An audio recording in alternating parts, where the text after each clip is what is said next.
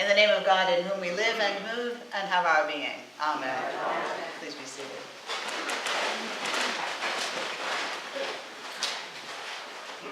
If I were to ask you to tell me about your faith, what would you say? How do you think about it? How would you describe it? What difference does it make in your life or not?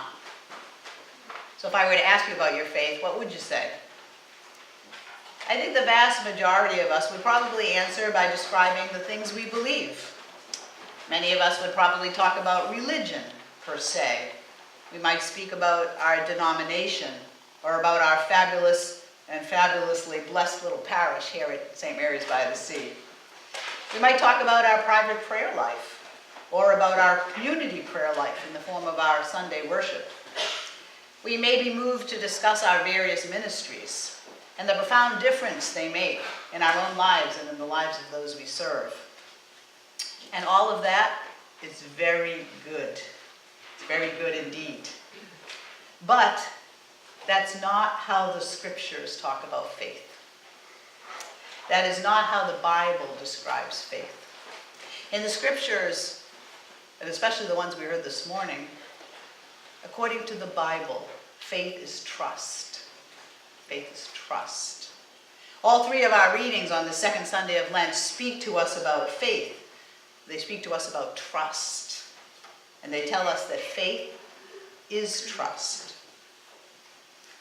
You know, we talk a lot about trust in our everyday lives, mostly with regard to our relationships, how much we trust, who we trust, and who we can trust, why we trust or not.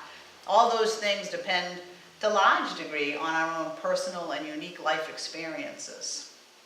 Some of us find it very easy to trust. And if we do, it's usually because we've been greatly blessed by being surrounded by people and places and things and experiences that allowed us to grow in trust. Perhaps from the time we were just little infants, our needs were met, and right promptly at that, by kind and caring people who always had our best interest in mind. They loved us and cared for us, and we came to depend on their love and care. And so we learned to trust. And if we were even more fortunate and blessed, our later life experiences and relationships reinforced that beautiful ability to trust others with the most important parts of ourselves and our lives.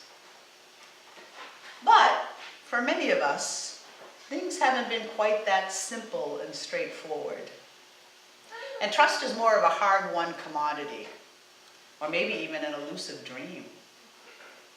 Many of us have learned to be very cynical and very guarded and very afraid. Perhaps our earliest life experiences weren't so good. Maybe it took a while to get our needs met. Maybe some of us are still waiting. Maybe the adults in our lives did the best they could. Maybe some of them didn't. Most likely some couldn't and some wouldn't. That's usually how it goes. And maybe our later life experiences reinforced our cynicism and our guardedness and our fear. Maybe we've been hurt more times than we care to remember. Maybe we've given up on ever really trusting anyone, anytime, under any circumstances. And I think there are a lot more of us like that than we know. Personally, I'm one of those people who can sometimes find it difficult to trust. And I've sometimes felt a little broken because of that. But at this point in life, I've come to a gentle truce with an acceptance of the fact that we're all broken. It's just that some of us know it and some of us don't. And we sometimes cut each other with our sharp edges, sometimes on purpose, but most of the time not on purpose. And now, with the perspective of age and life experience, I can understand how I was broken a little by the brokenness of others. I can forgive them, or I can work on forgiving them. I can certainly commend all of us and all our brokenness to the unconditional love and the boundless mercy of God. I can do that. But when I read the stories like the ones we read today, I think, how did they do that? know? How did they do that? How did Abraham, give up everything familiar in his old age and trust God to do something new with his life? Something that he, Abraham, couldn't possibly even dream or imagine. How did he leave everything familiar, house and home and friends and family, and just go with God? And he had no idea where he was going. No idea. How did he do that? I want to know that kind of trust. St. Paul says that Abraham's kind of trust was credited to him as righteousness. In other words, it saved him. It put him in intimate relationship with God. It became his salvation. His trust saved him because the God he trusted in was eternally faithful to that trust. And then there's Jesus. Can you even imagine? Jesus apparently knew that he would die, and he knew that he would be arrested and tortured and killed. And he knew, as much as any of us can know, I believe, he knew that he would rise from the dead and live forever. So maybe you believe that Jesus knew these things because he was a great prophet. And so he was. Maybe you believe Jesus knew these things because he was deeply and intimately connected to God. And so he was. Maybe you believe Jesus knew these things because he was the Son of God. And so he was. But Jesus was also a human being. Just like us. Just like you and me. And human beings, real human beings, can't possibly know all that for sure. And Jesus was a real human being. So in a purely human way, of course Jesus knew that he would be arrested and tortured and killed because he knew what happened to people like him.